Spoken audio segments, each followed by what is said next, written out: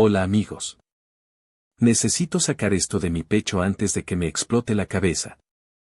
Llevo casi 2 semanas viviendo una realidad paralela y no sé cómo voy a enfrentar a mi familia.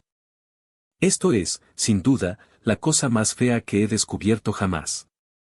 Mi vida se definió por una tragedia, el accidente. Yo tenía 12 años cuando mis padres murieron. Un choque fatal en la carretera mientras regresaban de un viaje de negocios.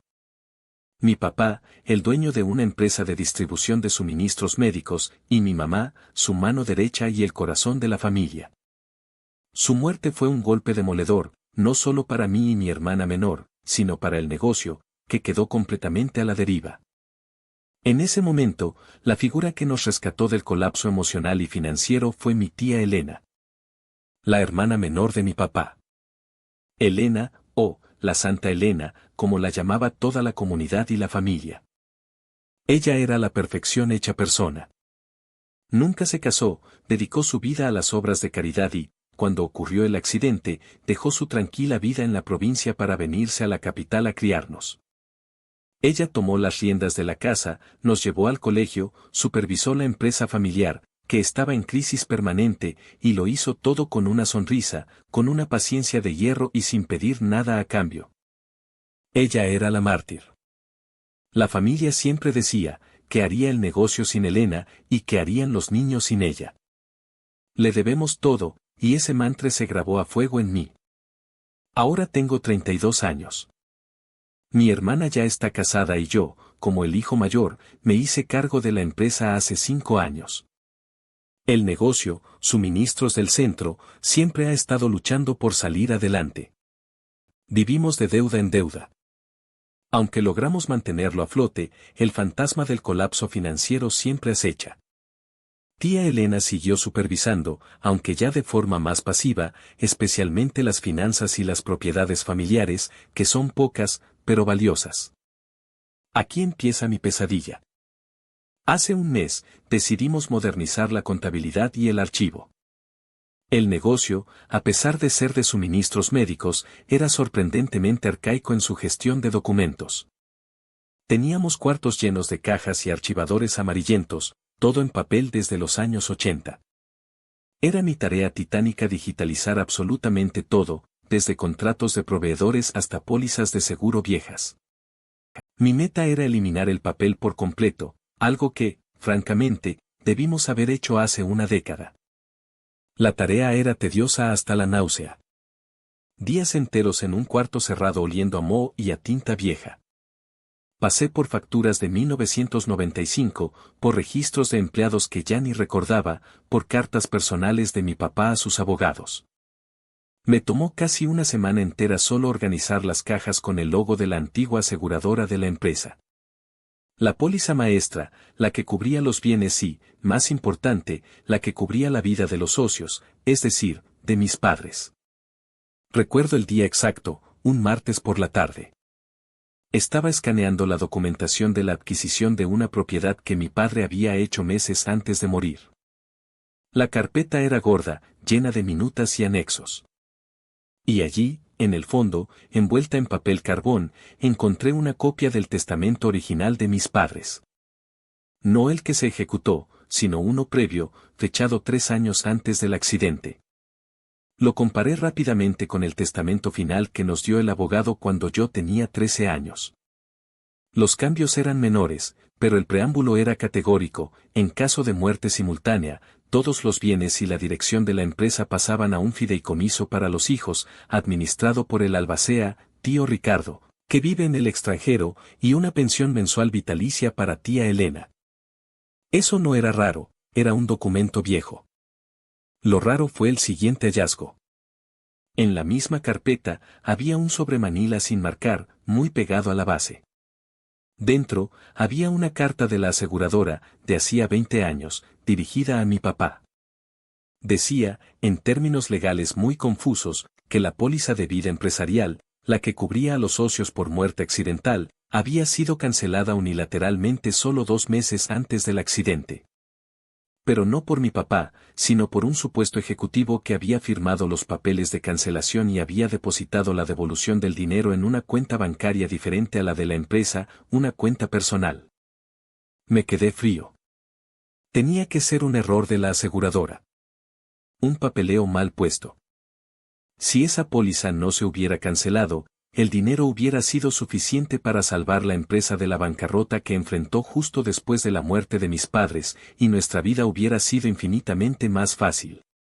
De hecho, la quiebra inminente fue la razón por la que mi tía Elena tuvo que intervenir con sus pocos ahorros y vender algunas de sus propiedades para inyectarle capital al negocio. O eso creíamos. Mis manos temblaban. Abrí el archivo de las cancelaciones bancarias. Tardé horas, pero encontré el recibo del depósito de la aseguradora. El beneficiario era E. Vidal. Mi papá se llamaba Luis Vidal. Tía Elena, Elena Vidal. El recibo del banco tenía una firma digitalizada. La amplié. No era la firma de mi papá. La firma era una imitación burda, pero en la sección de instrucciones adicionales del beneficiario, escrita a mano con una caligrafía que conocía tan bien como la mía propia, estaba la clave: favor de notificar a la señora Elena en la dirección antigua de tía Elena. Sentí que el mundo giraba. La cancelación de la póliza. 2 meses antes. Depósito a una cuenta personal. Dirección de mi tía. Y, para rematar, esa firma falsa de mi padre. Pero, ¿por qué? ¿Por qué mi tía Elena, la mujer que sacrificó todo por nosotros, haría algo tan ruin antes de la tragedia? Seguí escarbando. La adrenalina me mantenía despierto. Dejé de lado todo lo demás y me centré solo en los documentos de los meses previos a la muerte de mis padres. Busqué correspondencia entre mi papá y tía Elena, aunque sabía que ellos hablaban por teléfono o en persona. Lo que encontré fue un registro de actas de una junta directiva que nunca se celebró. Un borrador de un acta, redactado por el antiguo abogado de la empresa, que ahora está retirado, donde mi papá detallaba un plan para vender una parte significativa de la empresa. El comprador era una corporación grande. El plan era vender, pagar todas las deudas, y él y mi mamá se retirarían para dedicarse a viajar y a manejar el resto de los activos desde casa. En ese borrador de acta, había una nota a pie de página, escrita en puño y letra de mi padre: Elena no está feliz con la venta. Cree que la estamos abandonando. Ahí estaba la raíz. Tía Elena no era simplemente una tía soltera que amaba a su hermano. Ella era una persona profundamente resentida. Ella había trabajado en la empresa desde muy joven, antes de que mi papá la comprara y la hiciera crecer. Ella siempre sintió que la empresa era suya por derecho. Mi papá la tenía en un puesto administrativo importante, pero ella siempre quiso más poder, más reconocimiento. El testamento original le daba una pensión, pero la venta de la empresa significaba que su rol se reduciría a cero, quedando solo como una jubilada dependiente. La cancelación de la póliza no fue un error. Fue un acto de sabotaje. Mi teoría, y la estoy construyendo con pruebas, es la siguiente: tía Elena, al enterarse de que mis padres planeaban vender y retirarse, sintió que su vida se desmoronaba. Si ellos vendían, ella perdía su posición y su identidad. Ella encontró la forma de cancelar la póliza principal de vida, falsificando la firma de mi padre, lo que no fue difícil, pues ella manejaba todas sus cuentas de banco y tenía acceso a sus firmas digitalizadas y sellos, y se embolsó el dinero de la devolución. Ella planeó robar el dinero y guardarlo.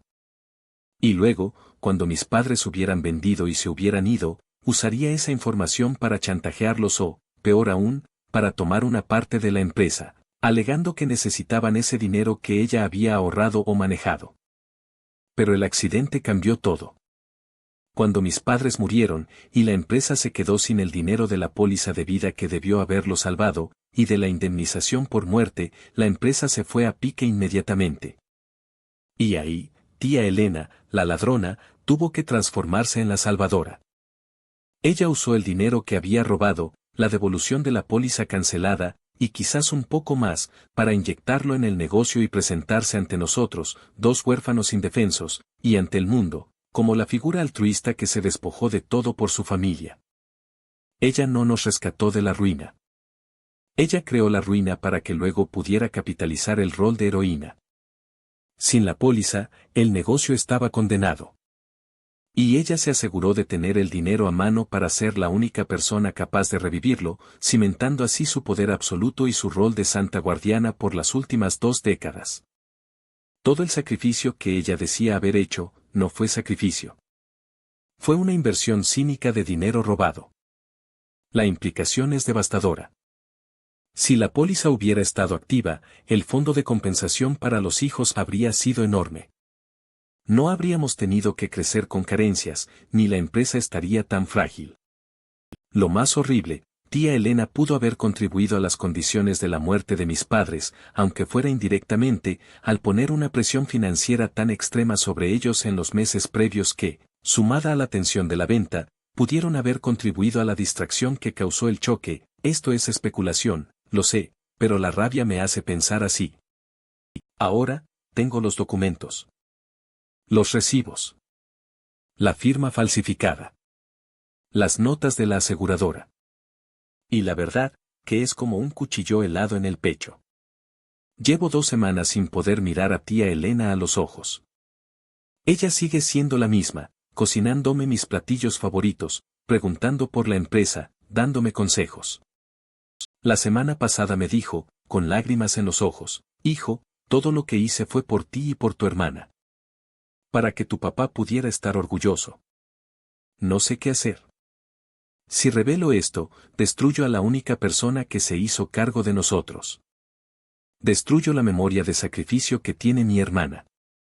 Destruyo el tejido social que sostiene la empresa, porque si la figura de tía Elena cae, la gente pensará que la empresa está podrida desde sus raíces.